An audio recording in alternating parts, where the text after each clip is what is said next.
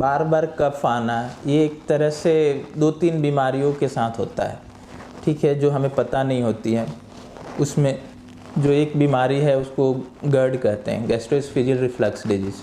उसमें जो है बार बार कफ आते रहता है। होता क्या है कि जो हमारा जो पेट है, पेट के ऊपर एक वाल्व होता है, सूडो वाल्व होता है, जो रोकता है खाना को आने से, लेकिन हमें पता नहीं होता वो खाना ऊपर आते रहता है, उसके इरिटेशन से हमें कफ होते रहता है। दूसरी चीज़ है अस्थमा। अस्थमा एक जो है जिसमें हमें पता नहीं होता है, वो सिंपली कफ के रूप में प्रेजेंट कर सकता है और कुछ नहीं होगा, बस आपको लगेगा कि यहाँ पे कुछ फंसा हुआ है और कफ आप करते रहते हो। तो इनिशियल स्टेज में या केवल वहीं उसी रूप में अस्थमा प्रेजेंट कर सकता है। इसके अलावा कुछ लोगों को जो नेजल सेक्रेशंस हैं वो भी पीछे की तरफ ड्रिप करते रहते हैं, तो उसके चलते भी वो कफ परसिस्टेंट कफ रह सकता है।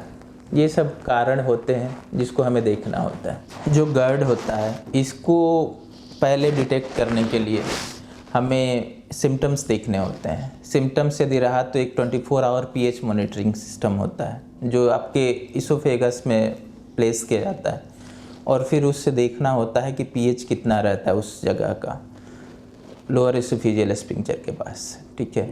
इसके अलावा जो है इंडोस्कोपी करके हम ये देखते हैं कि जो लोअर इसोफेजियल स्फिंक्टर है वो कितना कॉम्पिटेंट है।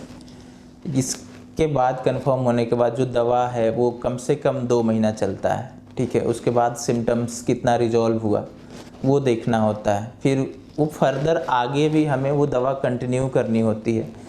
बायोप्सी भी कुछ कुछ केसेस में लेने पड़ते हैं, डिपेंड करता है कितना इन्फ्लामेशन परसिस्ट कर रहा है और फिर उसको देखना होता है कि कोई आगे चेंजेस ना आए उसमें। लेकिन एक तरह से जो दवा है 2 महीने के बाद भी कंटिन्यू रहने की संभावना बहुत रहती है और वो परसिस्ट कर सकती है कि हाँ, क्योंकि आगे कुछ केसेस में बहुत, मैं ये नहीं कर रहा, लेकिन बहुत हल्के केसेस में वो कार्सिनोमा में चेंज होने का भी डर रहता है।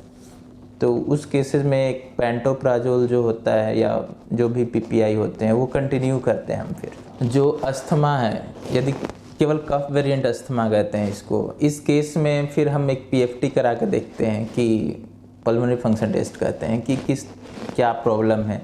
यदि अस्थमा जैसा लग रहा है तो फिर उसको डिफरेंट स्टेरॉयड होता है, बीटा ब्लॉकर्स, और इसके MDIs होते हैं, मिटाडोज इनहेलर, उसको हम प्रिस्क्राइब करते हैं। फिर सिम्टम्स को कैलिब्रेट करके अकॉर्डिंग टू फिर डोज उसका एडजस्ट करना होता है।